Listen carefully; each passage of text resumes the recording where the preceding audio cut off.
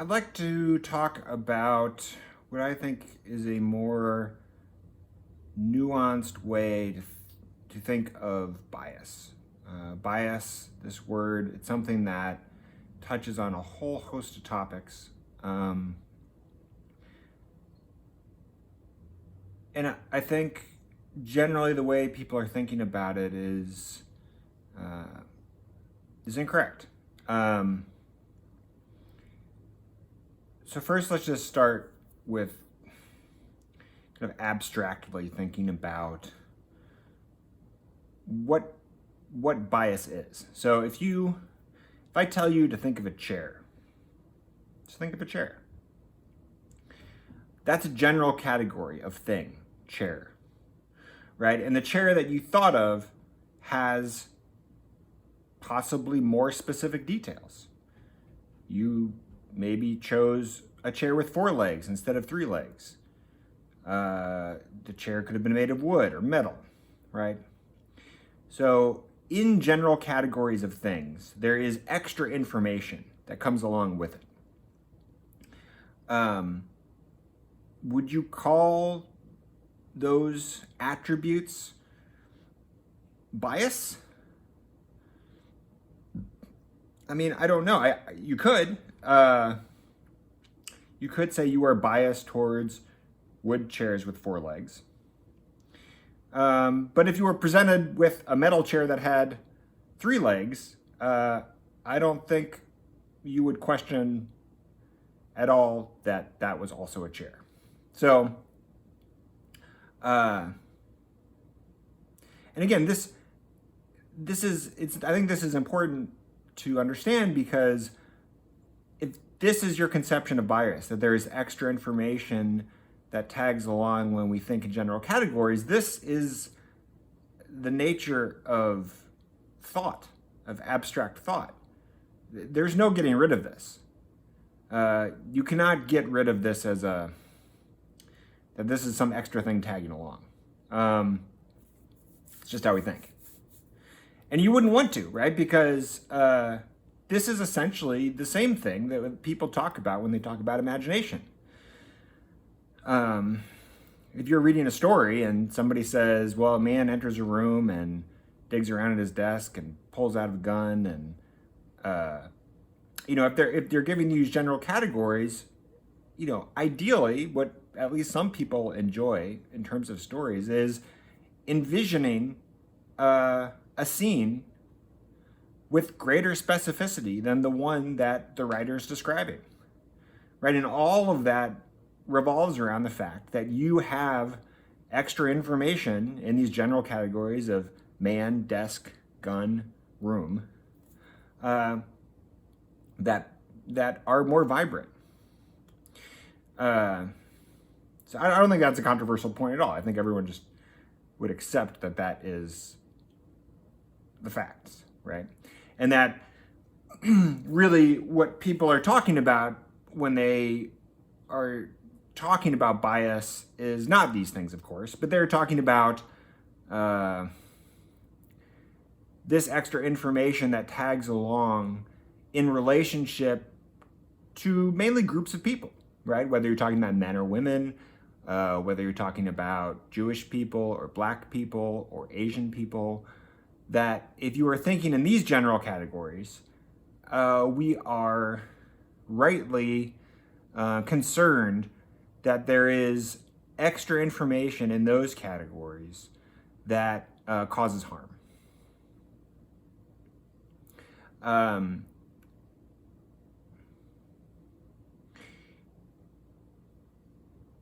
And I think reframing it in terms of we need to get rid of bias, or I need to get rid of my biases when I think about this, I think that's an impossible problem. I think a hard problem, but one that is you can get your arms around, is I need to look at the extra information that tags along in these categories and re-examine it, as well as become better informed about it. So I can, one, be critical of my own thinking, but also update myself with better information that more accurately describes the world. Now, I think the other part of bias that needs to be flushed out here is it's sometimes hard to disentangle bias from intuition, right? It seems to me that bias is essentially when we make an incorrect assumption. And we talk about intuition mostly as when we think we have that feeling, but it turns out to be correct. Right? So, okay, here's a situation. Let's say you're a woman who's on a first date with a man, and you were having this interaction. But given your lived experience, you have a lot of information that tags along with the general category of man, right? And so you are trying to infer whether this person may actually be a threat to you. Do you want to be alone with this person? A lot of first dates happen in public spaces, and they happen in public spaces for reasons, because you are trying to assess at almost the base level of, is this person a danger to me? Or somebody I want to include, more in my life. Right? And people often talk about, well, that person just creeped me out.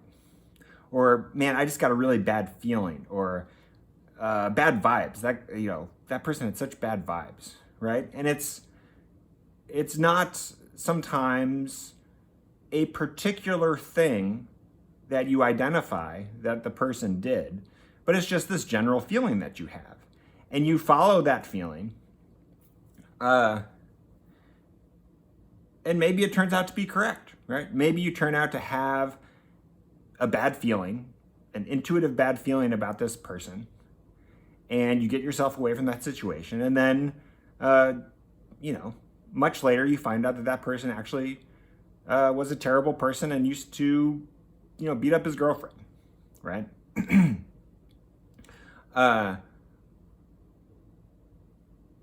Would we talk about that as a bias? No, I don't think so. That is just a correct, intuitive assumption about the world. But let's say that same thing happened. You got a bad feeling about someone, and it turned out that they were a perfectly fine person, and that this, general category that you have of man came along with extra information that made you more sensitive to certain parts of the interaction, which actually ended up giving you bad information. Right? That's is that what we mean by bias?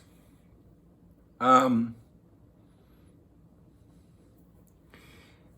I think that's more, it gets a little bit closer to what most people talk about. Again, to put this in another frame, we have this issue with police officers and black men that people are intensely focused on right now.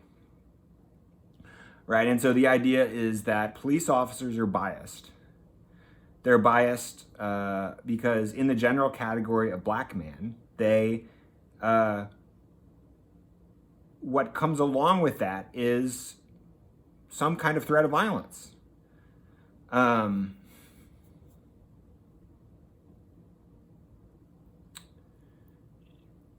so you can imagine the same situation playing out. You can imagine a cop pulling over a black man and having this feeling, right? A feeling as if he's getting bad vibes. He's getting that same kind of intuitional, I perceive danger, but I'm not sure where it's coming from feeling. And is that feeling coming from the fact that he's racist and he just views in the general category of black person, threat. And that's just what he perceives over and over again in all of his interactions with black people. We would be much more likely to, I think, view this as bias if he pulls over a black man who has done absolutely nothing wrong,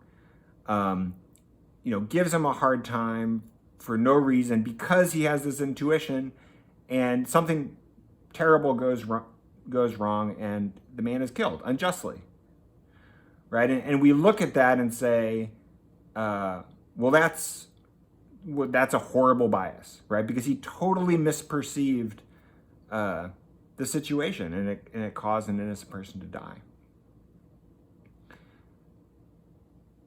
But what do you do about the situation in which a cop pulls over the exact same situation, in which he has this intuitive feeling that something bad is maybe about to happen, or that there is threat there, and then it turns out to be correct, right? Because that also must happen too. Just probability, the odds.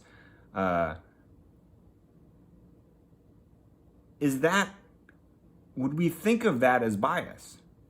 And I think yes. I mean, in one way you could. One way you could say it doesn't matter. It's all information of general categories, and it doesn't matter if it leads to good or bad outcomes or correct or incorrect inferences. But I think that's a incredibly hard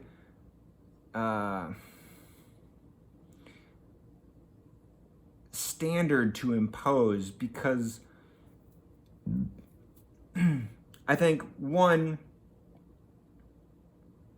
when you're dealing with situations of threat, people's level of accuracy of what they're willing to accept about their intuitional decisions goes way down, right? If you are a woman and you are with a man and you are getting bad feelings about what's going on here, the chance, you do not want to risk, even if the chance was 5%, right, or 1%, that you could be wrong. The consequences of being wrong are terrible. And you want to avoid that at all costs. So you're willing to accept, if you were wrong 19 out of 20 times, you're willing to possibly accept that because you don't want to be that 1 out of 20. And I think this same dynamic is playing out with police officers, where they are way overestimating the threat. And they're doing so because they're put in these highly charged situations that, rightly can end in their death. And so their judgment, their accuracy in terms of perceiving threat is going to be much lower. And so the question is, how can you put a human being in that situation in which threat levels are high and have them act in a way that is better than how people are currently acting today, right? Because everyone wants to lower the violence of what's happening right now. Well, I shouldn't say that, but I think most people do. Most people, violence is bad. Most people don't want innocent people killed. These aren't controversial positions. And so again, that's what I think is what sound to me would a more complex discussion about this thing we call bias, because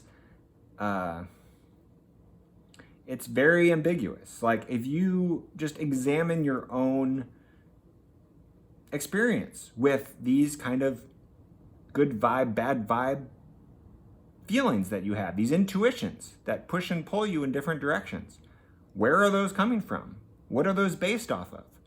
How could you determine where those feelings are coming from, and what beliefs that they are actually connected to, whether they are connected to this extra information that comes along with group categories, right? That doesn't have to be the case. You could be responding to something, 1,000 other things that give you that bad feeling besides those kind of